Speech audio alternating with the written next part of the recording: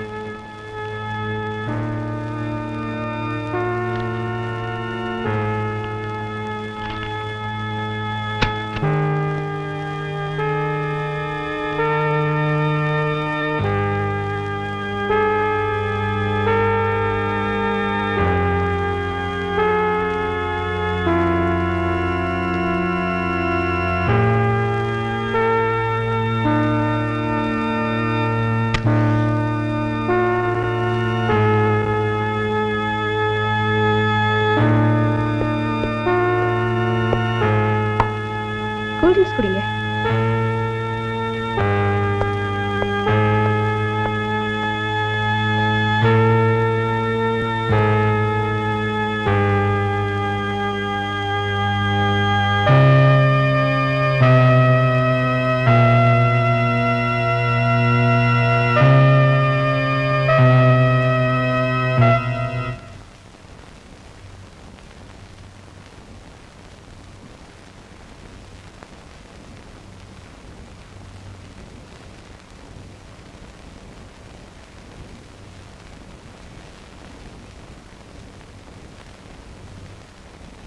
Ravi,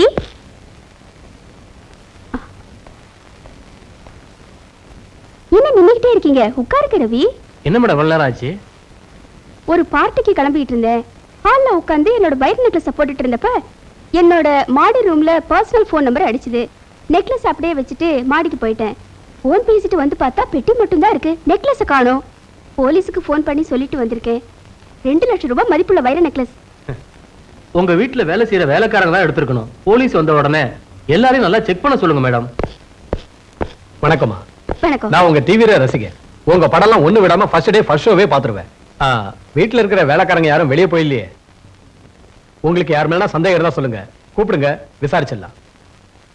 inspector sir, என் வீட்டுல வேலை பார்க்குற அத்தனை பேருமே தங்கம். நிறைய சம்பளம் கொடுத்து வச்சிருக்கேன். அவங்க யார் மேலேயும் எனக்கு சந்தேகம் இல்லை. இதோ இந்த ரிப்போர்ட் மேலதான் எனக்கு சந்தேகம்.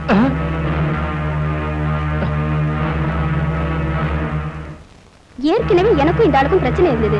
என்னை பத்தி கிசுகிசு எழுதி என்கிட்ட அடி கூட இவர் வாங்கினாரு. காலையில போன் பண்ணி நீங்க என்ன அவமானப்படுத்தினதுக்கு நஷ்ட ஈட பணம் கொடுங்கன்னு கேட்டாரு. நான் அதெல்லாம் தரமாட்டேன்னு சொன்னேன். என்னோட முதல் சந்தேகம் இவர் மேலதான். உண்மையை சொல்லு சார். இவங்க சொன்னது பூரா போய் சார். நான் இவங்களுக்கு போன் பண்ணவே இல்லை. இவங்க தான் எனக்கு போன் பண்ணி நீங்க வரவழைச்சாங்க. பாருங்க, நான் ஒரு ஜேர்னலிஸ்ட். முதல்ல மேல இருந்து கையெடுங்க, மரியாதை நடந்துக்குங்க. உங்களுக்கு என் மேல சந்தேகம் இருந்துச்சுன்னா நீங்க தாராளமா என்ன செக் பண்ணிக்கலாம்.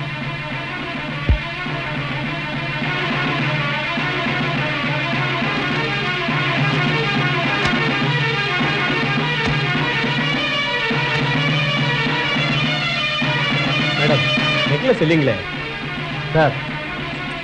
நான் போலாமா சார்? இரியா, அது என்னையா சாவி? என் வண்டி சாவி. என்ன வண்டி? ஸ்கூட்டர். கொடு. இந்த சாவி எடுத்து போய் சைட் பாக்ஸ்ல ஏதாவது இருக்கா பாத்துட்டு வா.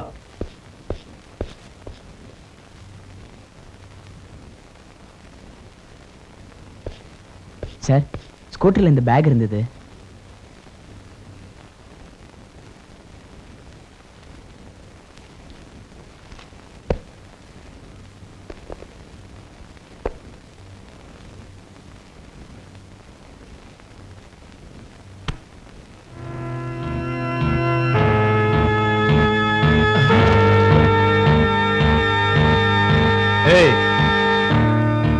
இதுக்கு பேர் என்னடா? நெக்லஸா இல்ல கயிறா? ஐயோ பாவம், விட்டுருங்க சார். என்ன இருந்தாலும் ஒரு ஜேர்னலிஸ்ட். எவனா தான் எனக்கு என்ன மேடம்? இந்த மாதிரி ராப்ல சும்மா விடக்கூடாது. நான் பாத்துக்கிறவன. சட்டப்படி என்ன நடவடிக்கை எடுக்கணுமோ அதை நீங்க எடுத்துடலாம் சார். கண்டிப்பா மேடம். நீங்க ஒரு கம்ப்ளைண்ட் எழுதி கொடுங்க. அதையும் நானே எழுதிட்டு வரேன். நீங்க கையெழுத்து மட்டும் போட்டா போதும். உங்க கூட நின்று ஒரு போட்டோ எடுத்துக்கணும் மேடம். இந்த கேஸ் முடிச்சிட்டு வாங்க, வந்தா ஃபுல் ட்ரீட். யோ இவனை ஜீப்ல ஏத்தியா ஏய் வந்தனா நான் இதை மறக்க மாட்டேன்டி எனக்கு திருட்டுப்பட்ட கட்டிட்டல மறக்கவே மாட்டேன்டி இதுக்கு நான் உன்னை பழிக்கு பழி வாங்கல நான் ஆம்பளை இல்லடி ஆம்பளை இல்ல ஏய் விடு ஏய் அஸ்கட் என்ன எது வாங்க அவன ஏடி ஜீப்ல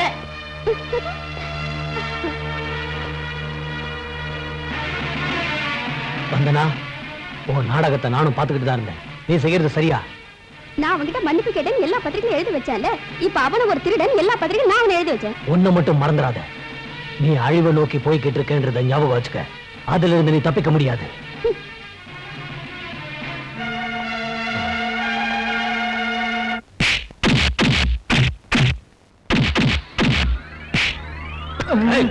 ஏண்டா திருடுறதையும் திருடிட்டு சண்டித்தனமா பண்ற ஏய் இந்த ஜெகநாத் பேரை கேட்ட அழுகுற குழந்தை கூட வாய முடிக்கும் மரியாதையை சொல்லு நெக்லஸ் நான் தான் எடுத்தேன்னு ஒத்துக்கடா சார் சத்தியமா நான் திருடவே இல்லை சார் சொல்லுடா சார் ஏன் சார் இவரை எப்படி அடிக்கிறீங்க இவர் ஒரு டீசென்டான ஜர்னலிஸ்ட் இவன் டீசென்டான ஜர்னலிஸ்டா ஆமா சார் உங்க டீசென்டான ஃப்ரெண்டு நடிகை வந்தனா வீட்டுல அவங்களோட நெக்லஸை திருடிட்டு கையும் களவுமா மாட்டிக்கிட்டான் சார் நடந்தது என்ன அண்ணா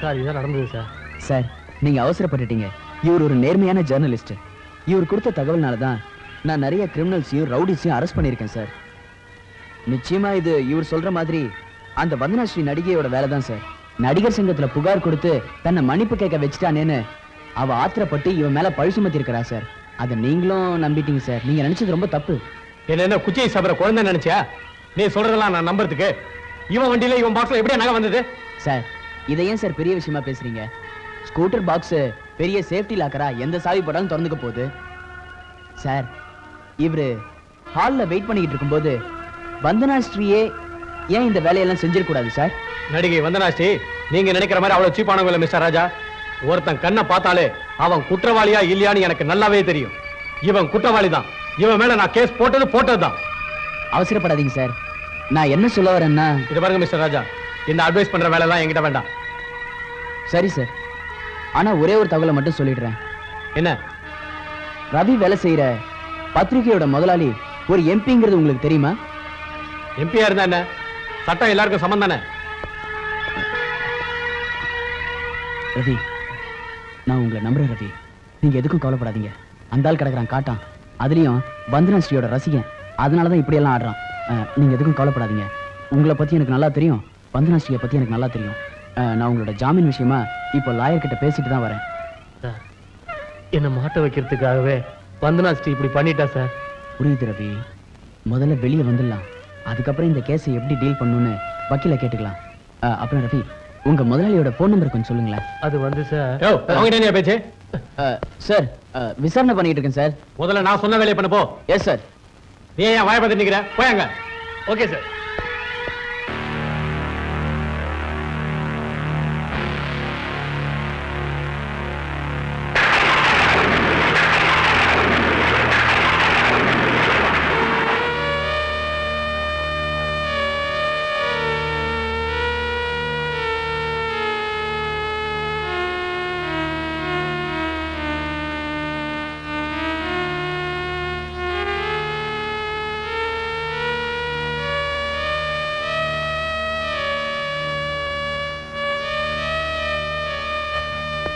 hello hello I am inspector Jagannath நான் வந்தனாவோட மாமா ராஜசேகர் டாக்டர் என்ன சொல்ற மூச்சுக்குழாய் வரைக்கும் பாதிக்கப்பட்டிருக்கான் முதல்ல உயிரை காப்பாற்ற முயற்சி பண்ணிட்டு இருக்காங்க முதல்ல என்ன நடந்துச்சு எப்படி நடந்துச்சுன்னு விவரமா சொல்லுங்க சொல்றேன் சார் உட்காருங்க சார் நான் வந்தனா ஸ்ரீயோட தீவிர ரசிகன் அவங்க படம் ஒண்ணு விடாம ஃபர்ஸ்ட் டே ஃபர்ஸ்ட் ஷோவே பார்த்துருவேன் அப்படியா ரொம்ப சந்தோஷம் சார் நடிகர் நந்தகுமார் ஜெய்ப்பூர்ல இருந்து ஷூட்டிங் முடிச்சுட்டு நேத்து காலையில தான் மெட்ராஸ் வந்திருக்காரு. அவர் சொந்தமா ஒரு படம் தயாரிக்கிறாரு. அந்த படத்துல வந்தனாவை ஹீரோயினா போட்டிருக்காரு. டேட்ஸ் கன்ஃபார்ம் பண்றதுக்காக நேத்து ஃபோன் பண்ணாரு. வந்தனா கார் எடுத்துக்கிட்டு அவரை மீட் பண்றதுக்காக கெஸ்ட் ஹவுஸ் போனாங்க. 2 பேரும் அங்க மீட் பண்ணி பேசிட்டு இருந்திருக்காங்க. ராத்திரி 10 மணிக்கு வாட்ச்மேன் ஃபோன் பண்ணா. பதறி போய் உடனே வாங்கண்ணா. அவனால பேசக்கூட முடியல. உடனே நானும் ரீனாவும் அங்க போனோம். அங்க போய் பார்த்தா பெட்ரூம்ல வந்தனா மூச்சு இல்லாம கிடந்த. மூஞ்செல்லாம் ஆசிட் அடிச்சு ஒரே கோரம். உடனே அவரை கார்ல தூக்கி போட்டுக்கிட்டு இங்க கொண்டு வந்து அட்மிட் பண்ணோம். அதுக்கப்புறம் தான் சார் உங்களுக்கு போன் பண்ணோம். நந்தகுமார் எங்க போனாரா? நந்தகுமார் கிளம்பி போனதுக்கு அப்புறம் தான் இது நடந்துச்சுன்னு வாட்ச்மேன் சொன்னா. நந்தகுமாருக்கு போன் பண்ணிருக்கேன், இப்போ வந்துருவாரு.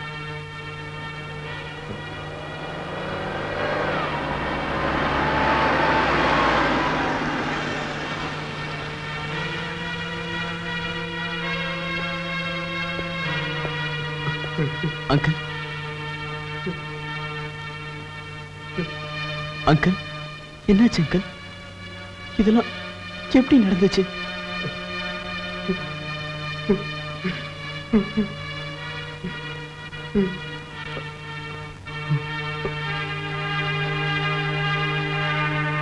நர்ஸ், ஆபரேஷன் முடிஞ்சிருச்சா? இல்ல சார், இப்பதான் ஆரம்பிச்சிருக்கு. ஆபரேஷன் முடிய இன்னும் 3 மணி நேரம் ஆகலாம். சரி, நீங்க என் கூட வாங்க, நாம பங்களாவை பார்த்துட்டு வந்துடலாம். Okay sir.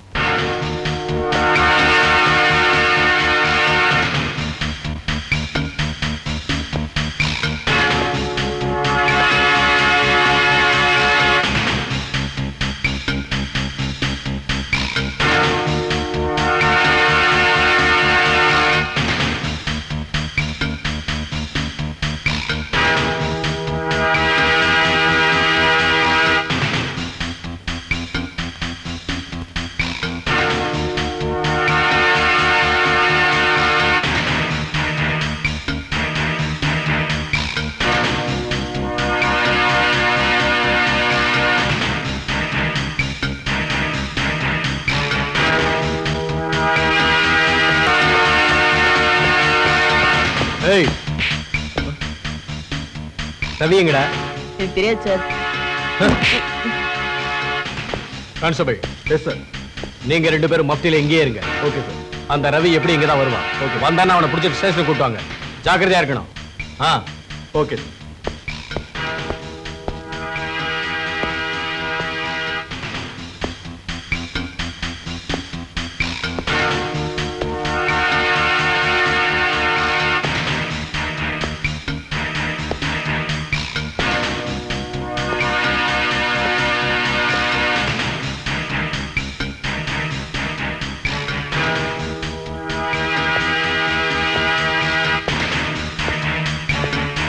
சொல்லுப்பா, நல்லா ஞாபகப்படுத்தி சொல்லு.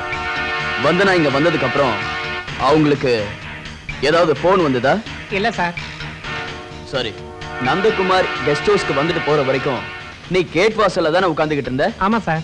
அப்ப யாராவது வந்தாங்களா? அதாவது சும்மா கூட உங்ககிட்ட வந்து டைம் கேட்கலையா? இல்ல சார், டைம் கேட்கல. ஆனா ஒருத்தன் பைக்ல வந்தான் சார்.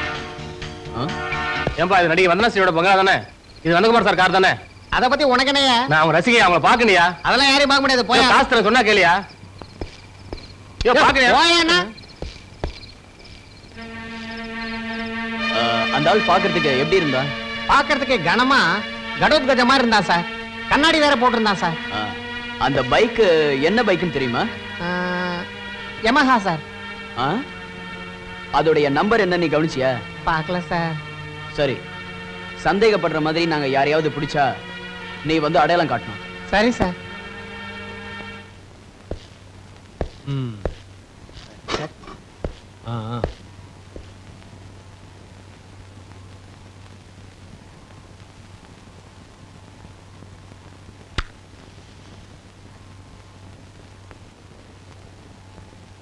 ராஸ்கல், அவன் தப்பிச்சிட்டான். என் கையில மட்டும் கிடைச்சிருந்தா பீஸ் ஆக்கி இருப்பேன் அவனை. சார், லேப் ஆளுங்க எல்லா இடத்தையும் கவர் பண்ணிருக்காங்க. நாய் கூட மெயின் ரோடு வரைக்கும் ஓடி வந்து நின்னுடுச்சு. மெயின் ரோட்ல இருந்து ஏதாவது பைக்ல இருந்து தான் சார் தப்பிச்சு போயிருக்கணும். சார், நல்ல வேலை சார், ரிப்போர்ட்டர் ரவி உங்க கையில மாட்டல சார். மாட்டி இருந்தான்னா நீங்க ஒரு வழி பண்ணிருப்பீங்க. இதுல என்னையா நல்ல வேலை? சார், விசாரிச்சு பார்த்ததுல இந்த கேஸ்ல 2-3 ஆங்கிள் இருக்கு. அது என்னையா 2-3 ஆங்கிள்? அவமானப்பட்டதுனால ரிப்போர்ட்டர் ரவி தான் வந்து ஆசிட ஊத்திட்டு போயிருக்கான். அதானே சார் நீங்க பாக்குற ஆங்கிள்? ஆமா, அதான் சரி. இருங்க சார், பத்திரிகைக்காரன்னு சொல்லிக்கிட்டு அப்புறம் ரசிகன்னு சொல்லிக்கிட்டு ஒருத்தன் ஹெல்மெட் போட்டுக்கிட்டு கண்ணாடி போட்டுக்கிட்டு பைக்ல வந்து அந்த வாட்ச்மேனை தகராறு பண்ணிட்டு போயிருக்கான் சார். சரி, அப்புறம் வந்தனாவை ஒரு பெரிய நடிகையை உருவாக்குனது அவங்க மாமா ராஜசேகர். ஆனா அந்த வந்தனா ஸ்ரீ இவங்க மாமாக்கு கொஞ்சம் கூட மரியாதை தரதில்ல. அதனால இந்த அழகு இருக்கிறதுனால தானே இவன் நம்மள மதிக்க மாட்டாங்கறான்னு கோவமாகி ராஜசேகரே வந்தனா முகத்துல ஆசிட் ஊத்திட்டாருன்னு சொல்ல போற இல்லையா? Why not? சம்பவம் நடந்த அன்னைக்கு ராஜசேகர் பஜார் காம்ப்ளெக்ஸ்ல ஷாப்பிங் பண்ணதா சொன்னாரு இல்லையா? அது உண்மையா பொய்யான்னு நாம ஏன் விசாரிக்க கூடாது? நீங்க இப்படி துருதுருன்னு பலவிதமா யோசிக்கிறதுல எனக்கு ரொம்ப சந்தோஷம். இப்ப அந்த ரிப்போர்ட்டர் ரவி எங்க கூட்டு வருவாங்க. நான் போடல அவன் உண்மையை ஒத்துப்பான் பாருங்க. அட்டெம்ப்ட் மர்டர்னு அவன் மேல இன்னொரு கேஸ் போட்டு அவனை ரிமாண்ட்ல உள்ள வைக்க போறேன். அவனுக்கு சப்போர்ட்டா அந்த எம்பி வந்தான்னா அவனுக்கும் பேப்பே காட்டுறேன். அவசரப்படாதீங்க சார். அட்லீஸ்ட் ஆபரேஷன் முடிஞ்சு வந்தனா ஸ்ரீ வெளியே வரட்டும். அவங்க கிட்ட ஒரு ஸ்டேட்மெண்ட் வாங்கிட்டு நாம எல்லா தீர்மானத்துக்கும் வரலாம். ஏன் லைன்ல குறுக்க வராதீங்க. அப்பப்ப உங்க யோசனைகளை மட்டும் சொல்லுங்க. முடிவுகளை நானே எடுத்துக்கிறேன். புரிஞ்சுதா?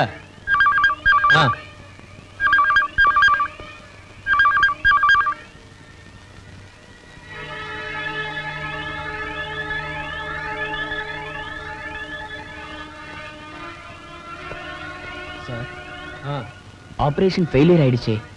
வந்தனா ஸ்ரீ செத்துட்டாங்க சார். கேஸே உல்டாவாயிடுச்சு. இது அட்டெம்ப்ட் மர்டர் இல்ல, மர்டர். பூ மாதிரி இருப்பாயா, அவளை போய் கொன்னுட்டானே ராஸ்கல். இனிமே அவகிட்ட எப்படி ஸ்டேட்மெண்ட் வாங்குவீங்க? சந்தேகமே இல்லை, இந்த கொலையை பண்ணது அந்த ரவிதான், ரவியே தான். சார், வாடா சார். பீச்ல உட்கார்ந்திருக்கும் போது பிடிச்சிட்டு வந்துட்டேன்.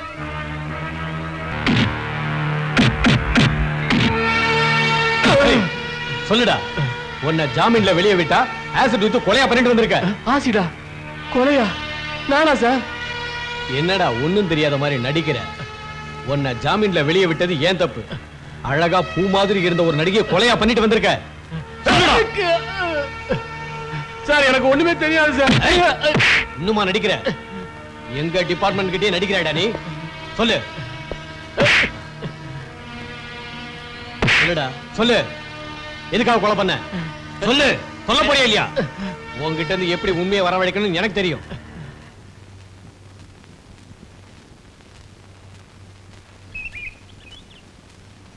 ஆசிடை ஊற்றி நடிகை வந்தனா ஸ்ரீ கொலை, ரிப்போர்ட்டர் ரவி கைது. சார், எனக்கு ஒன்றும் தெரியாது சார். உனக்கு எதுவும் தெரியாதா? மரியாதையா உண்மையை சொல்லிடு ரகு. இந்த கொலையை யார் பண்ணது? இந்த கொலையை யார் பண்ணதுன்னு உனக்கு நல்லா தெரியும்.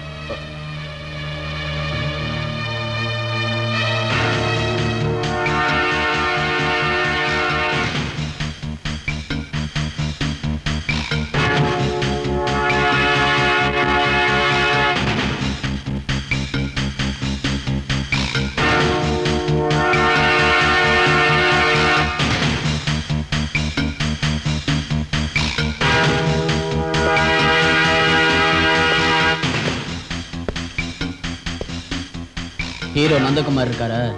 அவர் ஒரு புது படம் பூஜைக்கு போயிருக்காரு சார். இப்ப வந்துருவார் சார். நீங்க இருங்க சார். நீ யாரு?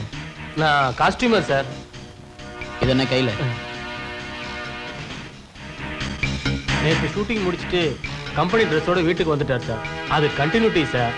அதான் வாங்கிட்டு போலான்னு நான் இங்க வந்திருக்கேன் சார். நாளைக்கு ஷூட்டிங் சார். அது கண்டினியூட்டி ட்ரெஸ் சார்.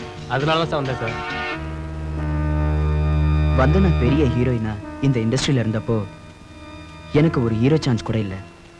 6 வருஷம் முயற்சி பண்ணி ஒரு சான்ஸ் கிடைச்சது. ஆனா அந்த படத்துல ஹீரோயின் வந்தனா. பூஜை கூட போட்டாச்சு. அவங்க கிட்ட என்னை கூட்டிகிட்டு போய் நான் தான் ஹீரோன்னு அறிமுகப்படுத்தி வச்சாங்க. ஆனா வந்தனா என் முகத்துல மெச்சூரிட்டி இல்லைன்னு அவங்க கூட நான் நடிச்சா அவங்க இமேஜ் போயிடும்னு வேற ஹீரோவை போட சொல்லிட்டாங்க. நான் ப்ரொடியூசர் கிட்ட எவ்வளவோ கெஞ்சினேன், ஆனா எதுவுமே வேலைக்கு ஆகல. ஆனா அவங்க எல்லாரும் அந்த வந்தனா சொன்னதுதான் வேத வாக்குன்னு நினைச்சுக்கிட்டு எனக்கு சான்ஸ் இல்லைன்னு சொல்லிட்டாங்க. சார் ப்ளீஸ் சார், நீங்க மனசு வச்சீங்கன்னா இந்த படத்துல நான் ஹீரோவா பண்ணலாம் சார். ஊர்ல எல்லார்கிட்டையும் நான் ஹீரோவா பண்றேன்னு சொல்லிட்டு வந்திருக்கேன் சார். இப்போ என் ஃப்ரெண்ட்ஸுக்கெல்லாம் நான் பண்ணலன்னு தெரிஞ்சதுன்னா ரொம்ப அசிங்கமா போயிடும் சார். அப்புறம் என்னை எல்லாரும் கேவலமா பார்ப்பாங்க சார். ப்ளீஸ் சார், இந்த ஒரே ஒரு சான்ஸ் கொடுங்க சார். நீ ஹீரோங்கிறத நான் ஒத்துக்கிறையா, ஆனா நாங்க பண்ணிருக்க சப்ஜெக்ட் ஹீரோயினை நம்பித்தான். உனக்கு ஹீரோக்கு உண்டான முகவெட்டே இல்லைன்னு ஹீரோயினி கம்ப்ளைண்ட் பண்றாங்க. எங்களை பொறுத்தவரை ஹீரோயின் தான் முக்கியம், நீ முக்கியம் இல்ல. ஹீரோயின் என்ன சொல்றாங்களோ அதுதான் கேட்போம். அவங்கள போட்டா எங்களுக்கு ஏரியா பிசினஸ் ஆகும், ஒன்ன போட்டா என்ன ஆகும்? ஹீரோ ஆயிட்டுன்னு எல்லார்கிட்டையும் பெருமையை அடிச்சுக்கிட்டு இருந்த எனக்கு ரொம்ப அவமானமா போச்சு. நான் தற்கொலை செஞ்சுக்கலான்னு கூட முயற்சி பண்ணேன். அப்பதான் வேற ஒரு சின்ன கம்பெனில என்னை ஹீரோவா போட்டாங்க. அந்த படம் சில்வர் ஜூப்ளி ஆனதுனால நான் ஒரு பெரிய ஹீரோவாயிட்டேன். அதுக்கப்புறம் வந்தனாவே என் கூட ஹீரோயினா நடிக்கிற மாதிரி ஒரு சூழ்நிலை வந்தேன்.